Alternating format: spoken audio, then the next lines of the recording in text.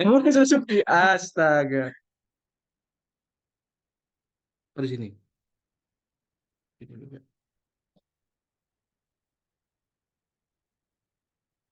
Anu mana tadi, Cok? Presentasi gini? Presentasi kan? Apa? Hasil apa? Anu, presentasi proposal. Oh ya sudah.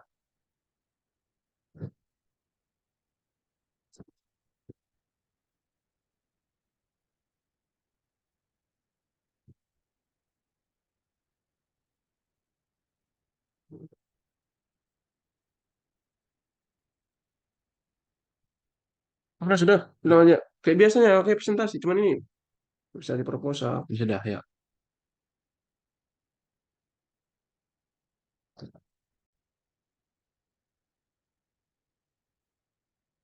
Baik, di sini saya akan presentasikan hasil proposal saya yang berjudul Pengaruh Pengetahuan Sikap dan Perilaku Ibu tentang Sanitasi Dasar dengan kejadian diare pada balita di wilayah kerja Puskesmas Samarinda tahun 2023. Baik, perkenalkan nama saya Aditya Saputra.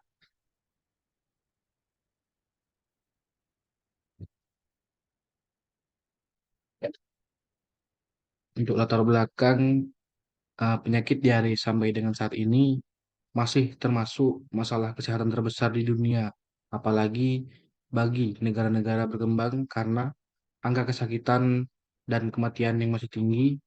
Pada tahun 2009, UNICEF dan WHO bahwa Asia Selatan merupakan benua tertinggi yang menderita diare, yaitu sebesar 783 juta.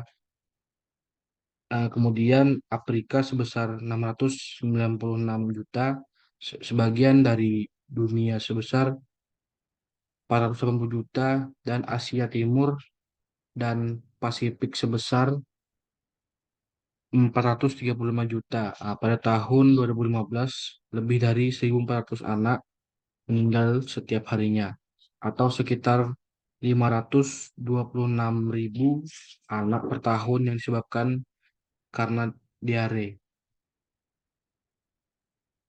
Untuk rumusan masalah, berdasarkan latar belakang di atas, rumusan masalah dalam penelitian ini yaitu apakah ada hubungan dengan pengetahuan, sikap, dan perilaku ibu tentang sanitasi dasar dengan kejadian diare pada pada balita di wilayah kerja Puskesmas Samarinda tahun 2023. Untuk tujuan umum, eh, untuk mengetahui pengetahuan, sikap, dan perilaku ibu tentang sanitasi dasar dengan kejadian diare pada balita di wilayah kerja Puskesmas Samarinda tahun 2023. Nah, untuk tujuan khususnya, yang pertama ada untuk mengetahui hubungan antara pengetahuan ibu tentang sanitasi dasar dengan kejadian diare pada balita di, balita di wilayah kerja Puskesmas Samarinda tahun 2023. Yang kedua, untuk mengetahui eh, hubungan antara sikap ibu terhadap sanitasi dasar dan kejadian diare pada balita di wilayah kerja Puskesmas Samarinda tahun 2023. Dan yang ketiga, untuk mengetahui hubungan antara perilaku ibu tentang sanitasi dasar dengan kejadian diare pada balita di wilayah kerja Puskesmas Samarinda tahun 2023. Nah, untuk manfaat penelitian, yang pertama ada manfaat akademik. Penelitian ini diharapkan dapat menambah pengetahuan, wawasan, dan sebagai bahan pertimbangan ilmu pengetahuan di bidang kesehatan, khususnya di kesehatan masyarakat dalam melakukan upaya preventif. Eh, Penelitian ini diharapkan dapat menjadi bahan pertimbangan bagi puskesmas dalam melakukan upaya peningkatan pengetahuan, sikap, dan sanitasi tentang diare. Hasil penelitian ini diharapkan dapat menjadi informasi bagi masyarakat agar dapat menerapkan pola hidup yang sehat. Nah, untuk manfaat bagi peneliti, memberi pengetahuan kepada peneliti dalam melakukan penelitian tentang pengetahuan, sikap, dan sanitasi tentang diare hasil penelitian ini diharapkan dapat menjadi informasi bagi masyarakat agar dapat menerapkan pola hidup yang sehat.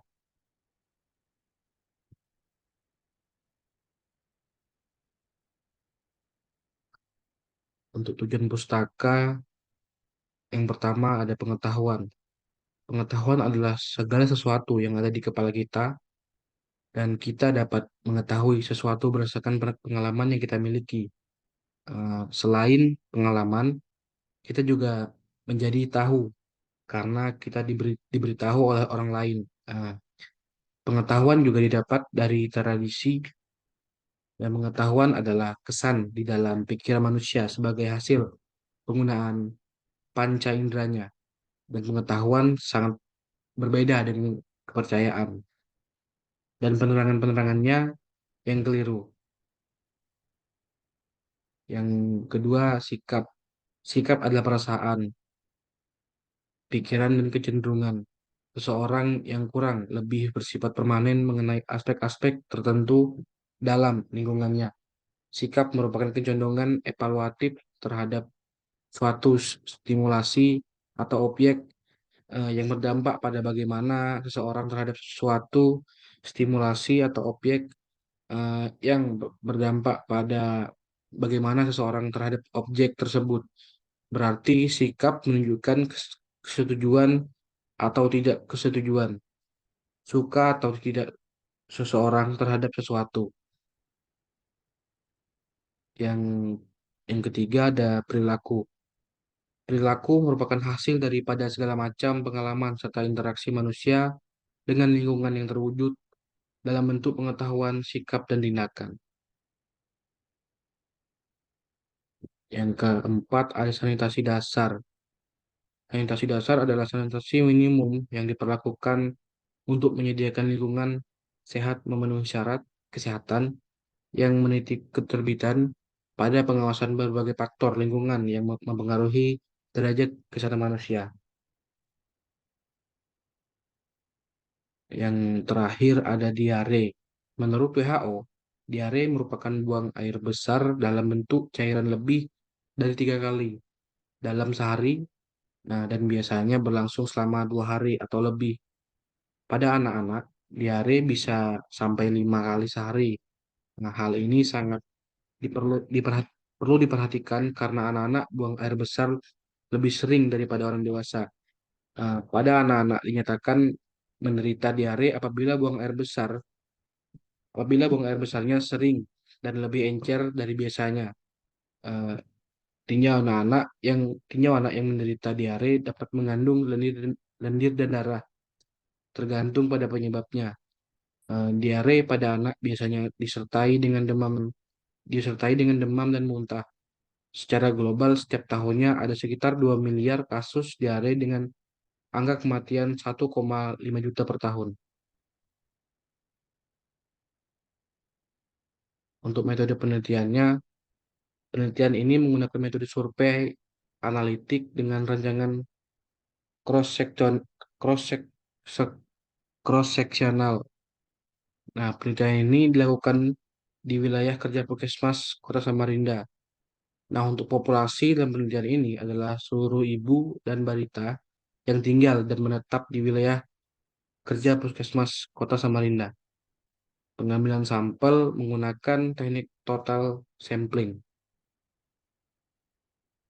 Terima kasih. Mungkin itu sedikit pemaparan hasil proposal saya. Terima kasih.